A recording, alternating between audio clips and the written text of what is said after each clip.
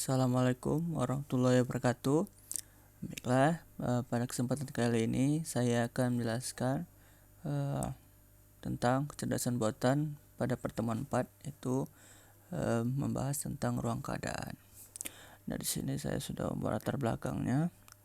Saya akan membahas tentang ruang keadaan, cara untuk mempresentasikan ruang keadaan, dan membuat contoh studi kasus ruang keadaan. Ya, di sini ruang keadaan itu adalah sebuah ruang yang berisi semua informasi yang diperlukan untuk memprediksi dampak dari suatu tindakan dan untuk menentukan apakah itu adalah ruang yang dituju atau tidak. Sehingga secara umum ada beberapa cara untuk mempresentasikannya, yaitu pertama mendefinisikan suatu ruang keadaan, kemudian menetapkan satu atau lebih keadaan awal, menetapkan satu atau lebih tujuan, dan menetapkan kumpulan aturan. Nah, cara untuk mempresentasikan ruang keadaan tersebut ada dua. Yang pertama ada graf keadaan, dan dua ada pohon pelacakan. Graf keadaan itu adalah keadaan terdiri dari node-node yang dihubungkan dengan arc atau busur yang diberi panah untuk menunjukkan arah keadaan awal dan keadaan baru yang akan dicapai berikutnya. Kemudian ada pohon pelacakan. Pohon pelacakan ini digunakan untuk menggambarkan keadaan secara hierarkis sehingga mencegah node yang berulang. Nah, kemudian pada kali ini saya akan mencoba mempraktekkan untuk kasus ruang keadaan, yaitu ada Pak Petani yang akan menyeberangkan harimau, ayam, dan gabah. Di sini mengidentifikasi ruang keadaannya ini ada 4 ya, petani, harimau, ayam, gabah. Kita definisikan sebagai satu. Daerah asal, daerah tujuannya. Ini untuk daerah asalnya ini di sini dan daerah tujuan ini. Ini ada aturan yang sudah kita buat. Pertama, petani menyeberang, kedua, harimau menyeberang, dan selanjutnya. Nah, ini sekarang bagaimana kita akan menyeberangkan dari daerah asal menuju daerah tujuan tanpa ada yang dimakan ataupun memakan. Nah, di sini ada solusinya. Dimana kita coba di sini daerah asalnya atau sebelah kirinya sudah lengkap semua. Ada petani, harimau, ayam, dan gabah. Dan yang pertama adalah aturan digunakan 1 dan 3, yaitu petani menyeberang, kemudian ayam menyeberang. Dan pindahkan petani dan ayam. Kemudian langkah selanjutnya adalah langkah 5, yaitu petani kembali lagi ke daerah asal.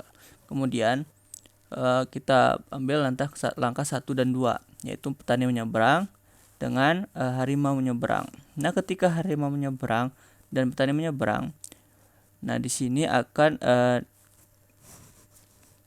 kita akan mengembalikan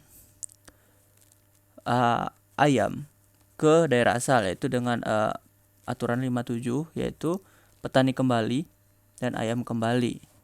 Jadi di daerah tujuan itu cuma ada harimau. Nah, daerah asal ini kita lalu akan mengambil aturan 1 dan 4, yaitu petani menyeberang dengan gabah.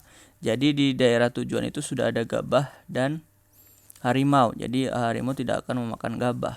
Kemudian petani kembali, kita ambil langkah 5. Kemudian petani akan mengambil ayam di daerah asal, yaitu langkah 1 dan 3, yaitu petani menyeberang dan ayam menyeberang. Nah, kemudian akan terpindah semualah, maupun petani, harimau, ayam, dan gabah itu sendiri. Nah, di sini saya sudah membuat programnya dengan ini kodenya menggunakan bahasa Python. Saya definisikan awal, tujuan. Nah, untuk mencobanya kita akan demokannya. Kita menaruhnya di namanya itu pertemuan 4. Nah, di sini sudah ada solusi langkahnya. Ini cocok dengan yang sudah kita buat di sini.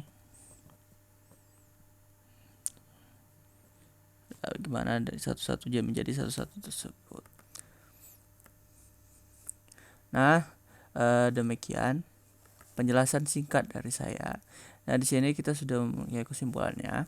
Itu reasoning adalah cara mempresentasikan fakta yang disajikan secara formal. Sementara semantik berepok adalah representasi yang merepresentasikan solusi masalahan dengan menggunakan grab berarah, dan frame adalah merepresentasikan atau penyajian berorientasi objek. Nah, sekianlah penjelasan dari saya. Kurang lebih mohon maaf. Jika ada kekurangan, saya mohon maaf. Assalamualaikum warahmatullahi wabarakatuh.